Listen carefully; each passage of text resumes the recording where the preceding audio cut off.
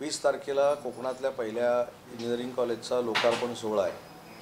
ज्या इंजिनिअरिंग कॉलेजला लोकनेते शामराव पेजे असं नाव देण्यात आलेलं आहे, त्या वास्तूचं उद्घाटन असल्यामुळं कितपत ती वास्तू तयार आहे उद्घाटनासाठी हे देखील मी बघितलं. रत्नागिरीमध्ये एक सायन्स सिटी आपण करतो आहे, त्याचं उद्घाटन 23 तारखेला आहे. कारण माननीय पंतप्रधान नरेंद्र मोदी साहेबांनी सायन्स डे हा डिक्लेअर केलेला असल्यामुळे त्या दिवशी सायन्स सिटीचं आहे. आणि 15 तारखेला एका आर्ट गॅलरीचं उद्घाटन आहे. त्या तिन्ही वास्तूंची मी पाहणी केली. तिन्ही उद्घाटनासाठी आणि लोकार्पण करण्यासाठी सज्ज आहेत. कोकणचं 55 TMC पाणी मराठवाड्याला देण्याचं मुख्यमंत्र्यांनी घोषणा केली. रत्नागिरी जिल्ह्याची पाण्याची रिक्वायरमेंट संपल्यानंतर ते आपण मराठवाड्याला देणार आहोत. त्याच्यामुळं कोयनेचं जे अवजल आहे, ज्याच्यावर 1999 सालापासून मी स्वतः काम करतो आहे, त्याचं पिटिशन मी विधान परिषदेमध्ये दाखल केलं होतं. त्याच्यानंतर पेंडसे समिती जाहीर झाली होती. पेंडसे समितीच्या काही शिफारसी आहेत, त्याचा देखील आपल्याला अभ्यास करावा लागेल आणि पेंडसे समितीच्या अहवालाचा तंतोतंत वापर करून मग ते आपण पाणी मराठवाड्याला नेणार आहोत. शिवसेनेची ताई माई अक्का विधानसभेसाठी वेगळी योजना या ठिकाणी समोर येते आहे, काय सांगाल? कुठची ताई माई अक्का विधानसभेच्या दृष्टीनं आमची आपण जे मुख्यमंत्री माझी लाडकी बहीण योजना ही मुख्यमंत्र्यांच्या आणि दोन्ही उपमुख्यमंत्र्यांच्या नेतृत्वाखाली लॉन्च झाली.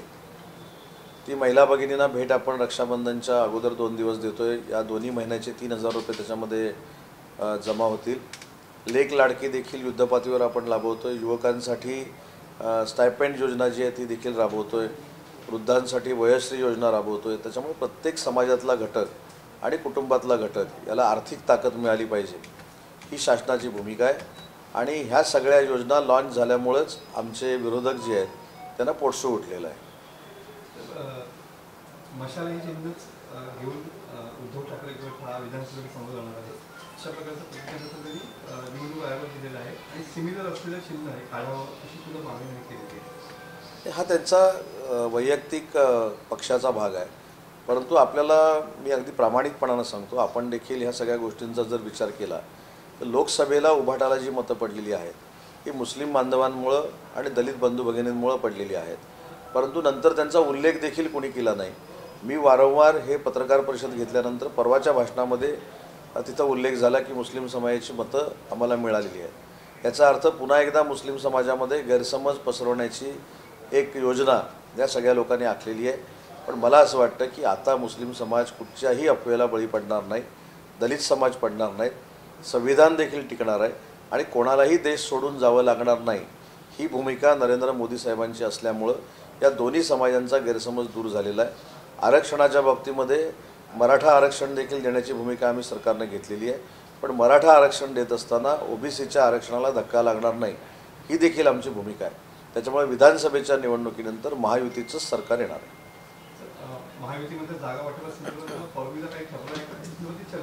महायुतीच्या जागा वाटपात 3 नेत्यांमध्ये चर्चा झालेली आहे.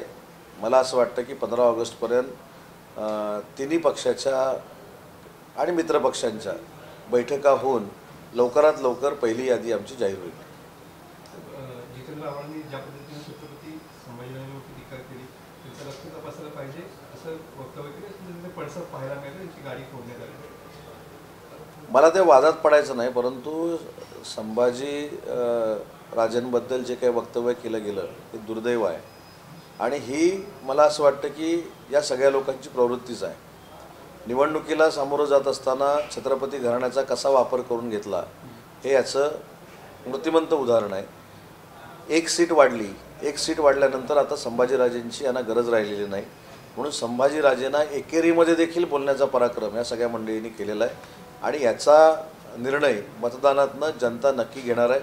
कारण आता समाजाचा उपयोग करून घेणं हे मतदारांना माहिती होतं, जाती जातीमध्ये वाद लावून मतं मिळवणं हे देखील समाजाला माहिती होतं.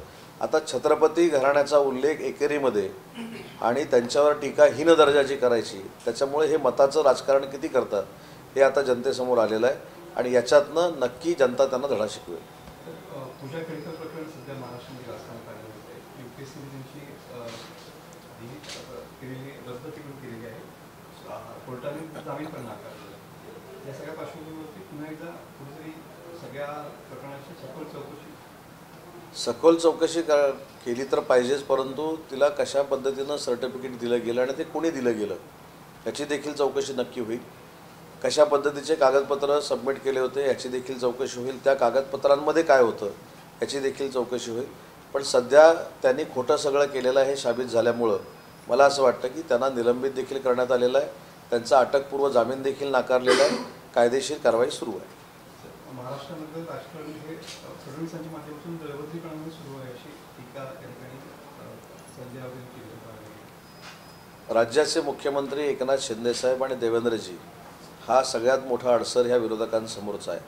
आणि दोघंही विकासात्मक काम करतात. विकासात्मक ताकद त्यांनी महाराष्ट्राला दिलेली आहे. फेक नरेटिव्ह बाजूला झाल्यामुळं आता दोघांनी मिळून अजितदादांना सोबत घेऊन सरकार आणण्याची भूमिका जी घेतलेली आहे ती सरकार येणार आहे म्हणून काही लोकांना पोटात दुखतं आहे. आणि म्हणून दररोज सकाळी उठल्यानंतर एकनाथ शिंदेसाहेबांची बदनामी करायची, देवेंद्रजींवर टीका करायची, बरोबर अजितदादांवर टीका करायची, हे काही लोकांचं एक कलमी कार्यक्रम आहे. याचा परिणाम विधानसभेच्या निवडणुकांवर होणार नाही.